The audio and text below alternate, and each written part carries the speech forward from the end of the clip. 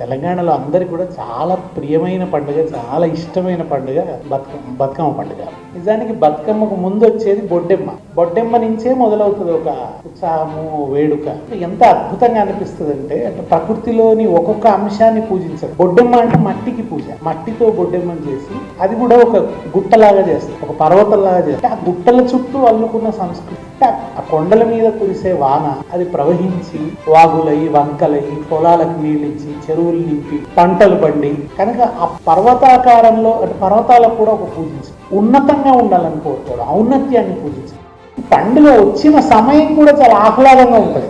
ఋతుపవనాలు వచ్చి మంచిగా వర్షాలు పడి హోరుగా జోరుగా వాగులు పొంగి చెరువులన్నీ నిండి ఆ జోరంతా తగ్గి వాగులు నిమ్మలంగా ప్రవహిస్తుంది. అదే జీవితంలో ఒక నిమ్మలం వస్తుంది అనమాట. నిమ్మలం అవుతుంది అంతా, ప్రకృతి అంతా నిమ్మలిస్తుంది. ఆ నిమ్మలించినప్పుడు అందంగా గుడిసెల మీద గుమ్మడి తీగలు, బీర తీగలు పాకుతుంటాయి, అందమైన పూలు పూస్తుంటాయి. ప్రకృతి అంతా పరవశిస్తున్నట్టుగా ఉంటుంది, పచ్చదనం అలుముకొని ఉంటది. దాని పేరు బతుకమ్మ.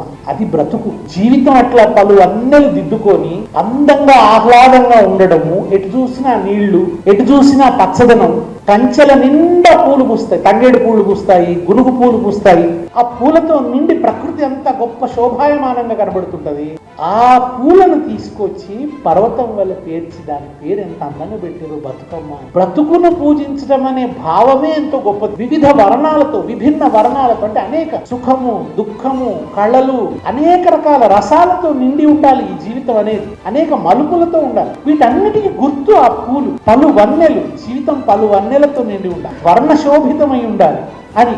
పైగా విశేషం ఇంకా అద్భుతంగా అనిపించేది ఏంటంటే ఇవి తోటల్లో పూసే పూలు, కంచెల పంటి పూచే, బాట పంటి పూచే ఆ తంగేడు పూలు, ఆ గునుక పూలు తీసుకొచ్చి వాటితో పేర్చి ఆ మధ్యలో పోస్తే కూడా కడుపులో పోసుడు అంటారు. ఆ మధ్యలో ఈ తంగేడుకు సంబంధించిన ఆ కాడలన్నీ పోస్తే కడుపులో పోయడం అంటారు. అది గర్భంగా భావించి ఒక పునరుత్పత్తికి సంబంధించిన సంకేతం. దాన్ని గర్భంగా కింద గుమ్మడి పువ్వు, గుమ్మడి ఆకులు, కేవలం పూలకైనా ఆకులకు కూడా గొప్ప ప్రాధాన్యత. గుమ్మడి ఆకు అంటే ఇది మొత్తంగా వృక్ష జాతికే చేసే ఒక పూజ. మొదట మట్టికి పూజ, తర్వాత చెట్లకి, పూలను పూజించడం ద్వారా చెట్లకి పూజ. పూలతో దేవతల్ని పూజిస్తారు, కానీ పూలే దేవతలు అయిపోతాయి. ఇక్కడ పూలే దేవతలుగా, పుష్పమే దేవత.